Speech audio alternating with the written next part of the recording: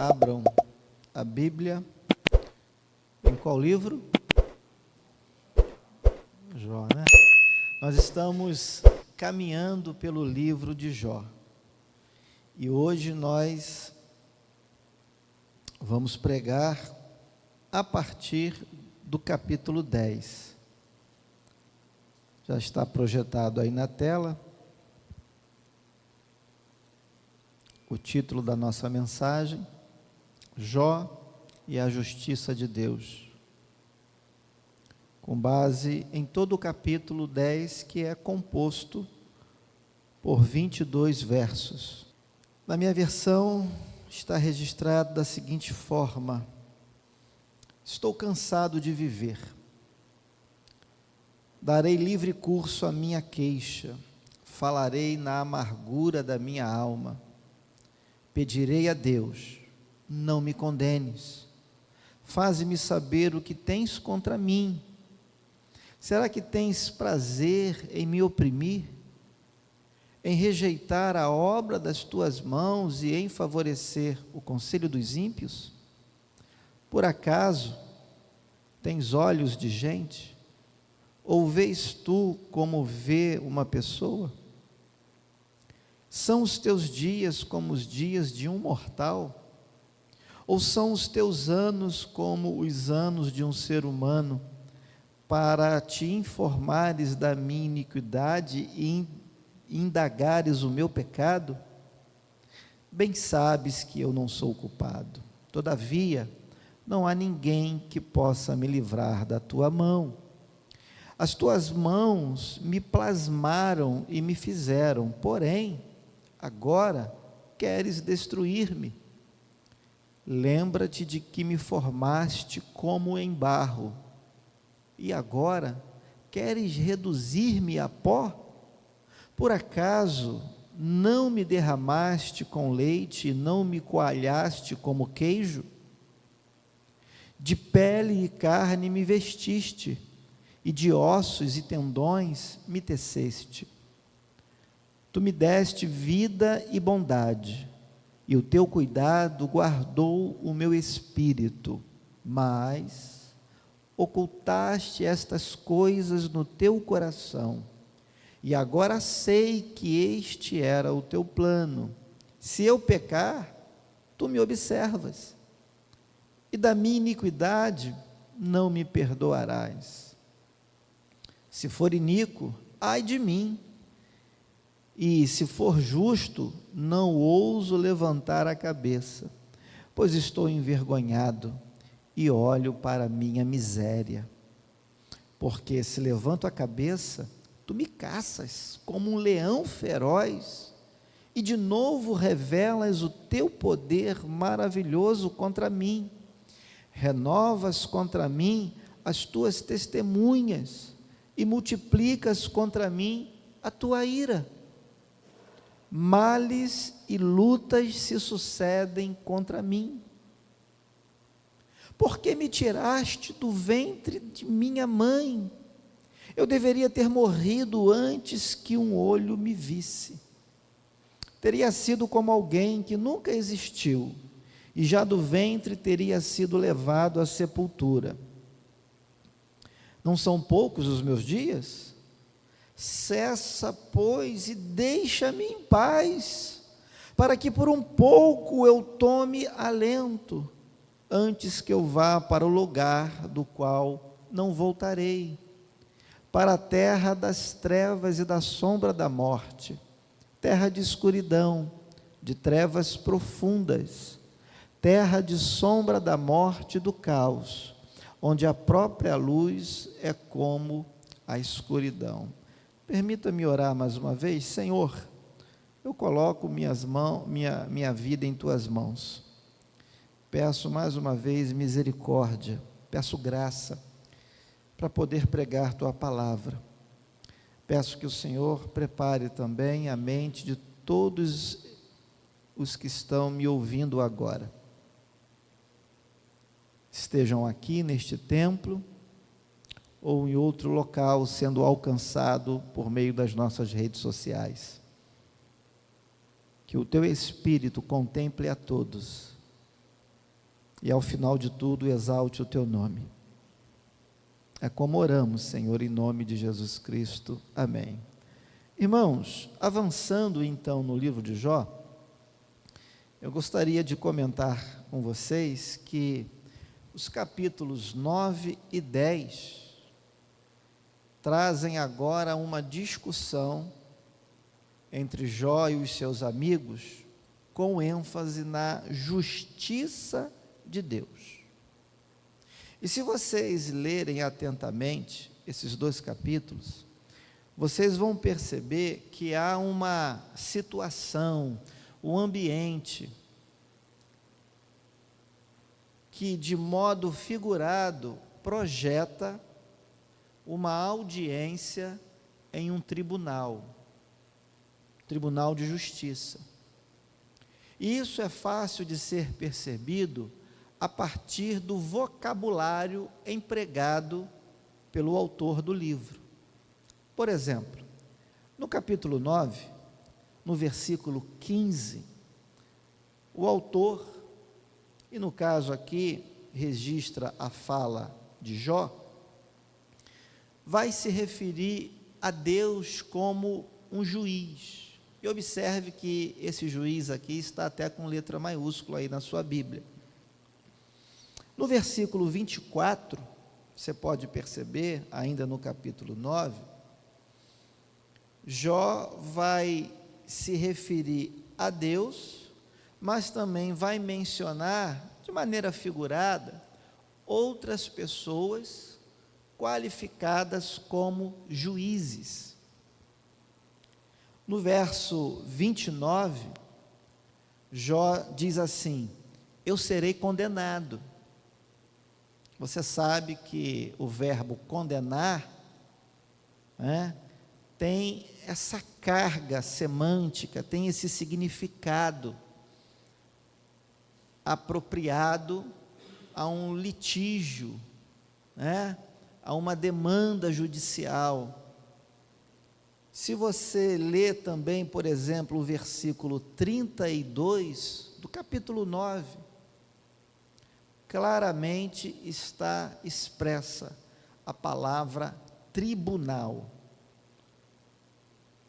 O verso 32 diz assim: porque ele não é ser humano como eu, a quem eu responda, se formos juntos ao tribunal. Então veja, esse é o ambiente que, de maneira figurada, representa uma demanda de Jó com relação a Deus. E entrando no capítulo 10, especificamente, o argumento de defesa de Jó, agora, gira em torno do propósito da sua própria vida. Olha o versículo 18. Veja qual é a indagação, a pergunta que Jó faz a Deus.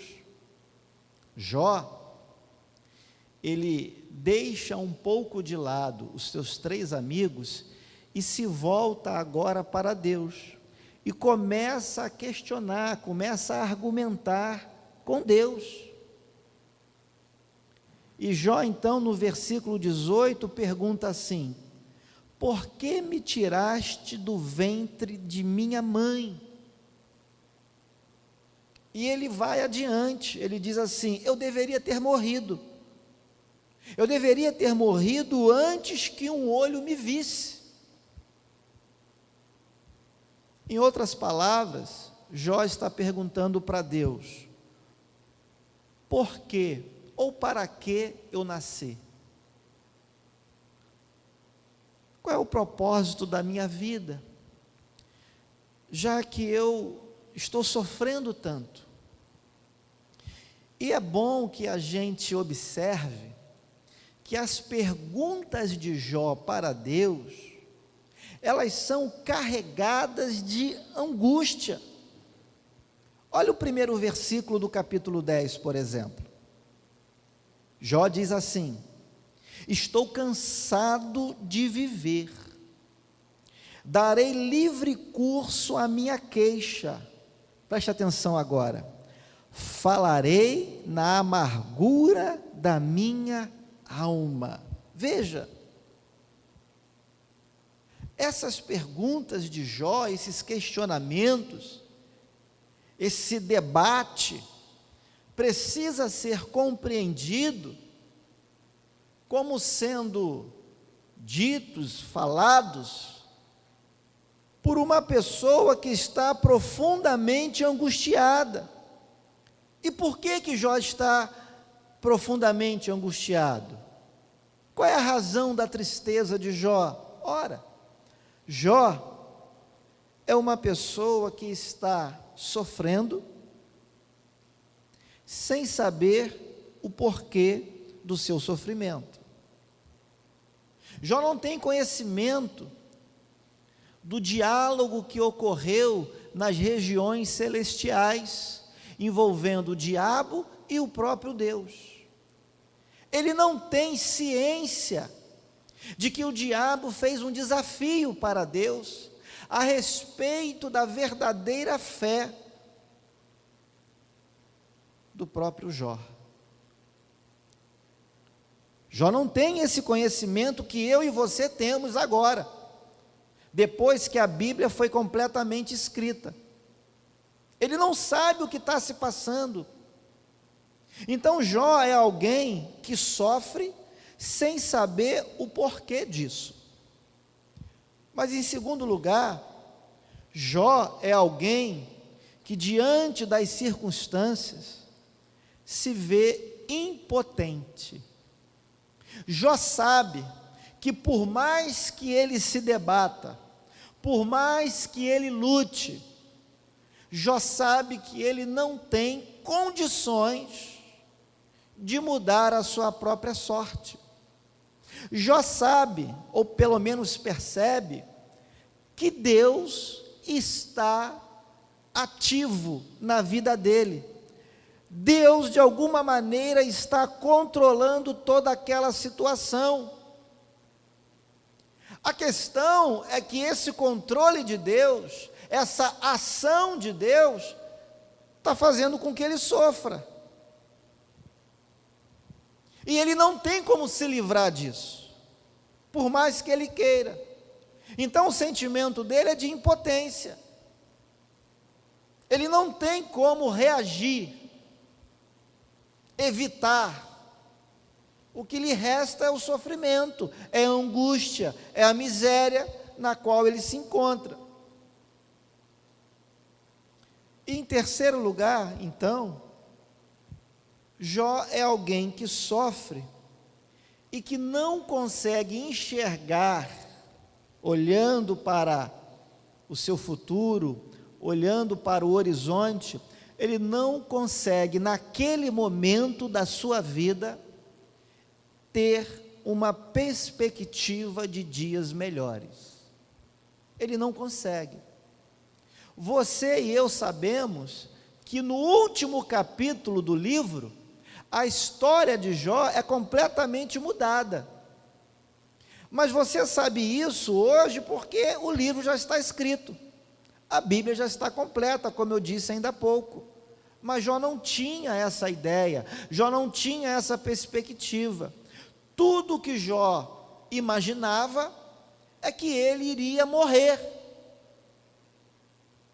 Essa era a perspectiva dele, de que para ele não havia saída. Então, o que Jó pretende aqui no capítulo 10? Qual é a intenção de Jó? Irmãos, Jó, e até de uma maneira ousada, Jó pretende indagar a Deus, perguntar a Deus, se ele por um acaso tem algum prazer em oprimi-lo, em fazê-lo sofrer. Olha que coisa que passa na cabeça de Jó. Olha a que ponto aquele homem chegou diante de tanto sofrimento. Olha para o versículo 3 do capítulo 10. Se puder projetar é bom. Olha para o versículo 3. Olha o que Jó diz. Será que tu Ele fala com Deus agora. Será que tu tens prazer em me oprimir? Será? Será que tu tens prazer em me oprimir, em rejeitar a obra das tuas mãos e em favorecer o conselho dos ímpios? Veja a que ponto aquele homem chegou diante do seu sofrimento intenso. Jó chega a imaginar que o prazer de Deus é em oprimir os seus servos e favorecer os ímpios. Veja a que ponto o coração, a mente daquele homem chegou. Então a pergunta para nós aqui nessa noite é a seguinte: será que realmente Deus é uma pessoa sádica? Será que Deus é alguém que tem prazer no sofrimento alheio? Será que Deus é alguém que fica assentado no alto e sublime trono, dando gargalhadas, porque eu e você estamos sofrendo aqui embaixo? Será que Ele gosta de causar o terror? Será que Ele tem prazer em amedrontar, em fustigar? Será que Ele se satisfaz com o sofrimento da humanidade? Será? E essa pergunta de Jó é válida para os nossos dias, porque há muitas pessoas que sofrem de forma semelhante a Jó, e às vezes também não enxergam, pelo menos de forma imediata, uma resposta, uma solução para o seu problema, para o seu sofrimento, e se desesperam, se angustiam, e acabam de certa maneira pensando como Jó. Parece que Deus tem prazer no meu sofrimento. Parece que eu estou condenado ou condenada a morrer de uma hora para outra, assim, ao léu, sem a menor assistência por parte de Deus. Parece que Deus me esqueceu, parece que Deus virou a cara para mim. Parece até que Deus favorece o meu vizinho, a minha vizinha, que não é crente, mas não olha para mim, não olha para minha casa, não olha para minha família, não olha para os meus filhos. Parece que Deus é um Deus diferente desse que o pastor prega, desse que às vezes eu leio na Bíblia, que quando diz que Deus é amor, que Deus amou o mundo de tal maneira. Se Deus amou o mundo de tal maneira, por que eu estou sofrendo? Por que esse problema se estabeleceu na minha vida e eu não tenho uma solução? Eu estou orando, eu estou pedindo, eu estou clamando há uma semana, há um mês, há um ano, e não passa, não cessa. O que está acontecendo comigo? Onde está Deus nisso tudo, que parece que esqueceu de mim e que não sabe nem que eu existo? Então eu quero responder a essas indagações, amados, com algumas afirmações para você. A primeira delas, queridos, anote aí. Entenda uma coisa de uma vez por todas: Deus não tem prazer nem mesmo na morte dos ímpios. Deus não tem prazer nem mesmo na morte dos ímpios. E quem é que diz isso? É Ele mesmo. Ele mesmo garante que Ele não tem prazer nisso. Quando você abre a palavra do Senhor no livro do profeta Ezequiel, capítulo 18, versículo 23, Deus diz assim: vocês pensam que eu tenho prazer na morte do ímpio? Olha a pergunta que ele faz. Vocês pensam que eu tenho prazer na morte do ímpio? Aí, na sequência, ele responde. Ele diz assim: não desejo eu muito mais que ele se converta dos seus caminhos e viva? Ele faz uma outra pergunta, mas que é a resposta da primeira, na verdade. Deus está dizendo que o desejo dele é que até o ímpio sobreviva, é que até o ímpio se converta, para não experimentar o sofrimento que há de vir sobre a vida de todos aqueles que morrerem sem se arrepender, sem se converter, sem ser convertido. Então, queridos, diante dessa palavra do Senhor, o que nós deveríamos pensar a respeito do nosso relacionamento com o Criador, com o nosso Senhor? Se Ele não tem satisfação nem mesmo no sofrimento do ímpio, quanto mais em relação a mim e a você, que somos filhos dele, quanto mais em relação ao seu povo, à sua igreja. O que pensar então, diante dessa palavra, diante, por exemplo, do Salmo 23, versículo 6, quando o rei Davi, ele proclama que bondade e misericórdia, ele diz assim: bondade e misericórdia certamente me seguirão. Davi tem plena certeza do que está declarando. Davi tem consciência de que a misericórdia de Deus, a bondade de Deus, estão com ele diariamente, continuamente. Não há um só momento na sua vida, mesmo nos momentos mais difíceis, mesmo nos momentos de batalha, de guerra, de angústia, de perseguição, Davi tem plena consciência de que Deus está ao lado dele, a bondade de Deus o está sustentando, a misericórdia do Senhor está sendo renovada sobre a vida dele a cada manhã.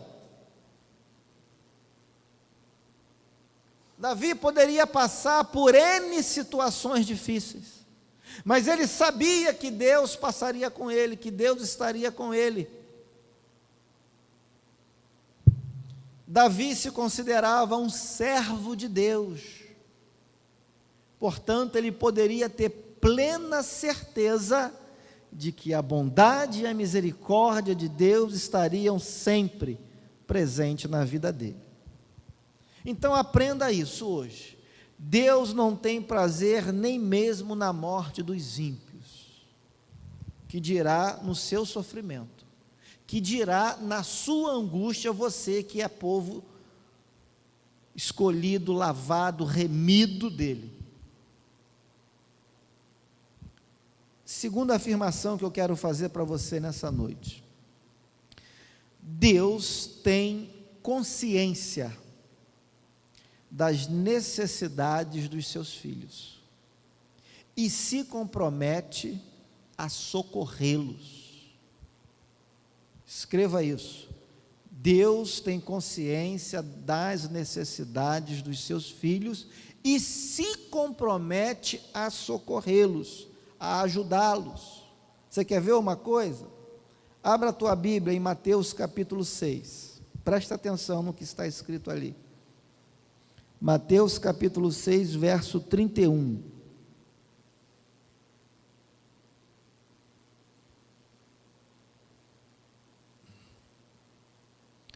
Jesus diz assim: portanto, não se preocupem dizendo: que comeremos, que beberemos, ou com que nos vestiremos. Verso 32. Porque os gentios, ou os ímpios, os descrentes, é que procuram todas estas coisas. O Pai de vocês, que está no céu, sabe que vocês precisam de todas elas, mas busquem em primeiro lugar o reino de Deus e a sua justiça, e todas estas coisas lhes serão acrescentadas. Jesus está falando aqui de uma situação, obviamente, distinta daquela que Jó estava vivendo. Especificamente aqui, nessa passagem, Jesus está se referindo a necessidades materiais que nós temos, como seres humanos. Quem é que nunca ficou preocupado com o que vai comer ou beber? Com aquela conta que chega, né? Se o salário vai dar ou não vai dar. Quem é que nunca se preocupou com isso? Mas o X da questão aqui, queridos, é a nossa necessidade. Jesus está dizendo que Deus é aquele que conhece cada necessidade da nossa vida, até as mínimas, até os detalhes. E nesse contexto aqui de Mateus capítulo 6, Jesus vai fazer uma outra comparação entre os seus servos e os lírios dos campos, ou seja, a vegetação. Jesus vai fazer uma outra comparação entre os seus servos e os pássaros, as aves. E no final das contas, Jesus vai dizer o seguinte: olha, Deus é aquele que cuida da vegetação e cuida dos pássaros, cuida das aves. Será que Deus não cuidaria da sua vida? Será que Deus não tem poder, não tem capacidade, não tem consciência daquilo que está acontecendo com você? Será que realmente você foi deixado de lado? Será que a preocupação maior de Deus é com os descrentes? É com a vegetação? É com as aves do céu? Jesus está dizendo não. Se Deus tem uma grande preocupação aqui na terra, essa grande preocupação é com a sua igreja, é com o seu povo.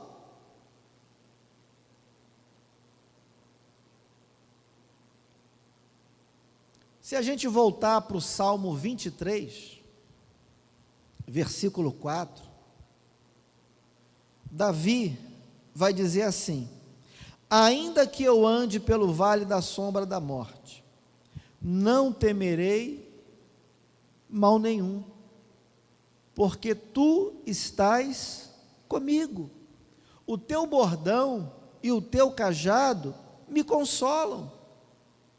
Veja que agora a situação que Davi apresenta nesse versículo é de algo que remete ao perigo, ao risco iminente da própria vida. E Davi era um homem que foi durante muitos anos perseguido. Durante muito tempo ele se viu envolvido em guerras, em combates. A sua vida foi constantemente ameaçada, ele foi perseguido, a sua cabeça foi colocada a prêmio. Então Davi poderia dizer isso com muita propriedade. Então ele usa essa expressão também figurada, metafórica, falando do vale da sombra da morte, para se referir a uma situação perigosa, a uma situação arriscada, em que a vida dele, a existência dele, estava por um fio, ele estava prestes a morrer, e mesmo correndo esse risco, mesmo vivendo sob ameaça, Davi pode declarar, pode afirmar com toda a convicção: ainda que eu ande pelo vale da sombra da morte, não temerei mal nenhum, porque tu estás comigo. Davi não tinha dúvida. Davi não tinha dúvida de que, mesmo nos momentos mais difíceis, Deus caminhava com ele, Deus o conduzia, Deus o livrava. Davi não tinha essa dúvida. Terceira coisa que eu quero afirmar para você: meu irmão, saiba que Deus usa a nossa vida não para a nossa própria glória, mas para a glória dele. A glória é dele, a honra é dele, o poder é dele, a majestade é dele, tudo é dele, por ele, queridos. Então a nossa vida, e eu digo nossa entre aspas, porque o dono da vida é ele, e ele nos dá a vida, é ele que tem poder sobre a nossa vida e sobre a morte. Então, na verdade, até o que a gente chama de nosso, até o que você chama, né, é meu, na verdade, queridos, Deus é quem tem o poder para te dar e para tomar também, se Ele quiser. Mas nisso tudo, o glorificado no final da história é Ele. É Ele, queridos. Tudo Ele faz para que o nome dEle seja exaltado, seja glorificado entre nós, tanto na terra quanto no céu. Só que tem um detalhe: Jó, como alguns seres humanos, não entendem essa verdade. Jó não entendia, queridos, o que Deus estava realizando por meio da vida dele. Jó não entendia que estava sendo usado por Deus para que o nome dele, o nome de Deus, fosse exaltado. O seu testemunho, ou seja, o testemunho de Jó, queridos, foi usado por Deus, em primeiro lugar, para envergonhar o diabo. Segundo lugar, para glorificar o próprio Deus. E em terceiro lugar, para encorajar você e eu, porque hoje nós temos aqui a história de Jó.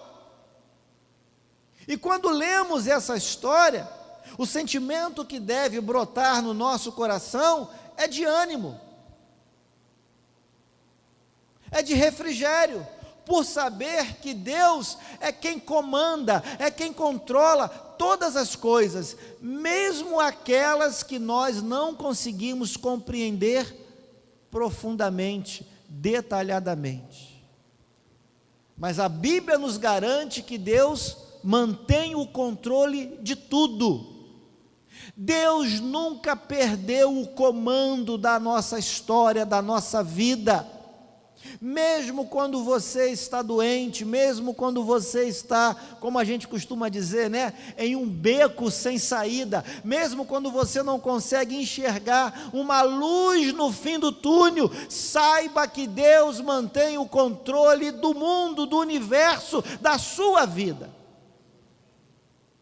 E Ele pode estar usando a tua situação para envergonhar o diabo, para demonstrar a tua fé, que seja uma fé verdadeira, não uma fé baseada nas circunstâncias, não uma fé baseada naquilo que possivelmente Ele venha acrescentar a você, a sua casa, a sua família, mas uma fé genuína, um louvor genuíno, uma conversão genuína, independentemente das circunstâncias desta vida.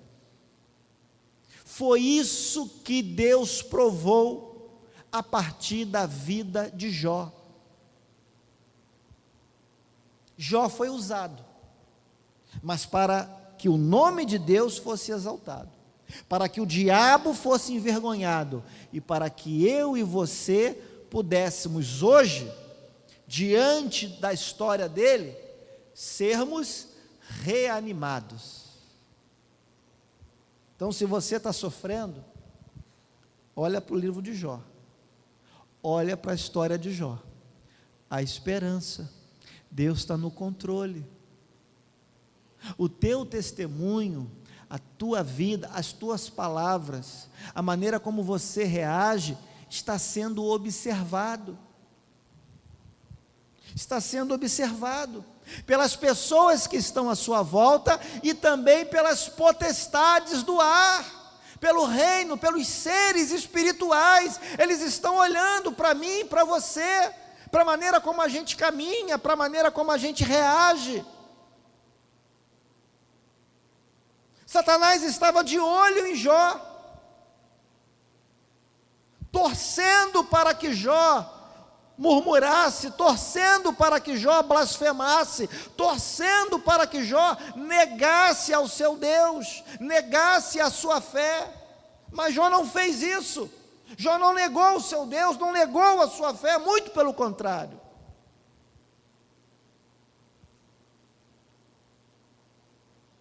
O apóstolo Paulo, queridos, foi uma pessoa que, diferente de Jó, naquelas circunstâncias, compreendeu o sofrimento de uma outra maneira. O apóstolo Paulo entendeu o que eu e você também precisamos compreender. Abra a tua Bíblia em Filipenses, capítulo 1, verso 12.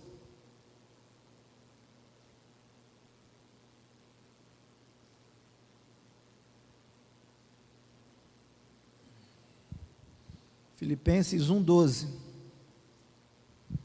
Veja, o que Paulo diz aqui? Quero ainda, irmãos, que saibam que as coisas que me aconteceram, presta atenção, queridos, têm até contribuído para quê? Para quê? Para o progresso do Evangelho, de maneira que toda a guarda pretoriana,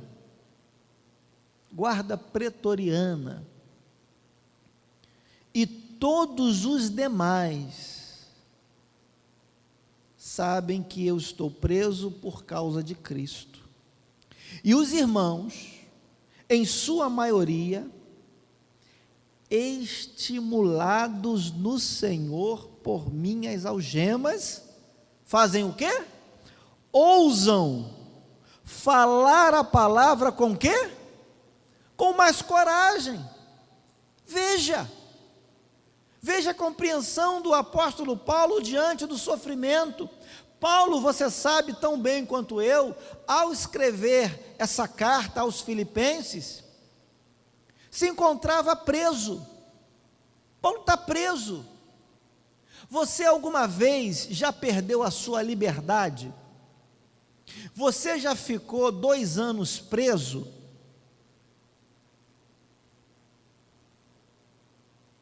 Paulo estava preso.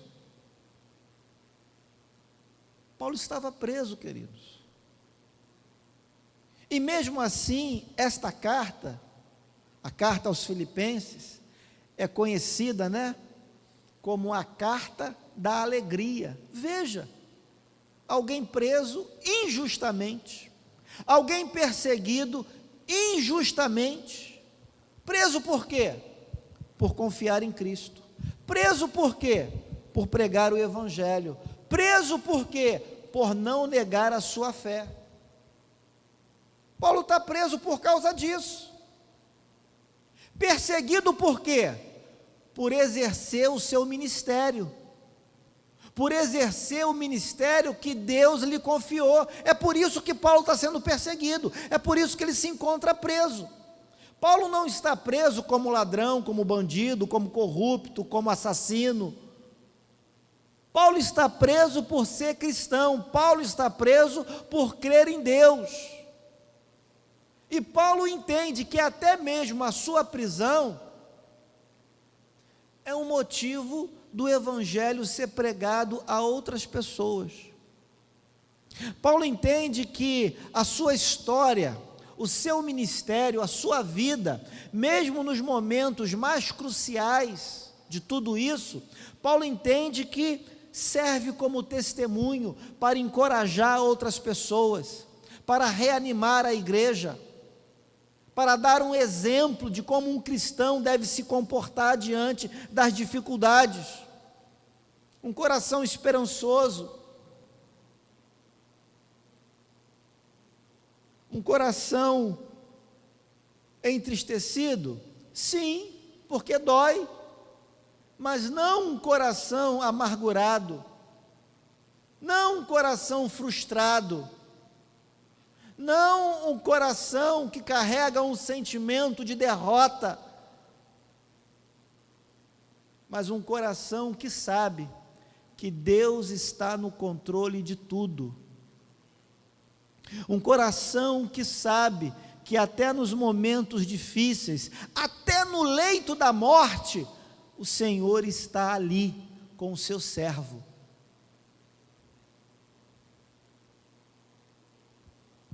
E por último, queria que você abrisse agora a tua Bíblia em Tiago, capítulo 5, versículo 11. Tiago 5, 11. Abra a sua Bíblia. O que nós lemos aqui? Olha o que Tiago nos deixou. Tiago vai dizer assim, Tiago 5,11, né? Eis que consideramos felizes os que foram perseverantes. Vocês ouviram a respeito da paciência de Jó?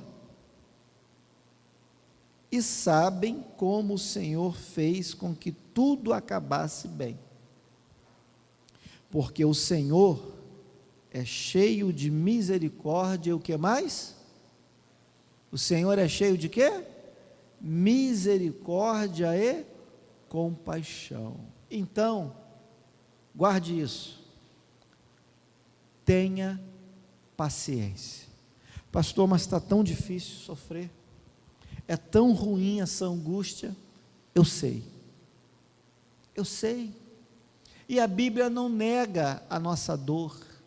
A Bíblia não nega o nosso sofrimento, mas ela diz que Deus é aquele que nos assiste e nos dá condições para resistirmos, para perseverarmos, para continuarmos nessa caminhada da vida cristã, dando, apesar de tudo, apesar da dor, das lágrimas, do choro, um bom testemunho. E tendo a consciência de que a nossa vida, o nosso testemunho, o que falamos, o que fazemos, a maneira como nos comportamos, pode servir de ânimo e de exemplo para aquelas pessoas que estão à nossa volta, de tal maneira que ao final de tudo, o Evangelho seja pregado, até mesmo por meio da nossa vida e para a glória de Deus, queridos. Então não é hora de parar, não é hora de desistir, não é hora de murmurar, não é hora de blasfemar, é hora de você olhar para o exemplo de Jó, para a vida de Jó, o testemunho de Jó. É hora para você também olhar para os sofrimentos do apóstolo Paulo, é hora para você olhar para Cristo Jesus, queridos, que sofreu as últimas consequências, por amor a nós, e em obediência ao Pai. É hora de você saber, queridos, que Deus pode usar até mesmo o nosso sofrimento para aperfeiçoar a nossa fé, glorificar o nome dEle e envergonhar o diabo a partir do teu testemunho, a partir da tua vida. Para a gente concluir, de fato, deixa eu te dizer mais uma coisa agora, diante de tudo que você ouviu, e sabendo o que está acontecendo aqui com a vida de Jó, já que estamos caminhando por esse livro, né, aos domingos aqui, minha última palavra para você, na verdade, uma aplicação agora. Guarde também isso. Antes de você criticar alguém de forma severa e até mesmo como é que eu vou dizer? precipitada, essa é a palavra que eu queria. Antes de você criticar precipitadamente e severamente alguém que passa por algum sofrimento, considere algumas coisas. Aqueles 3 amigos de Jó até tentaram consolá-lo, mas, já dissemos isso aqui, eles se perderam, se enforcaram com a própria corda. Eles acabaram acusando Jó de uma coisa que Jó não havia cometido. Jó não tinha culpa alguma de estar passando por aquilo que estava sofrendo, mas os 3 amigos, precipitadamente, foram dar uma de sabichões, de conselheiros, de juízes, e começaram a imputar a Jó coisas ou culpas que ele não tinha. Então, cuidado, quando você observar alguém sofrendo, ore por aquela pessoa. Quando você encontrar alguém com alguma dificuldade, antes de você sentenciá-la, procure saber o que está acontecendo realmente com ela. Veja se você tem condições de ajudá-la.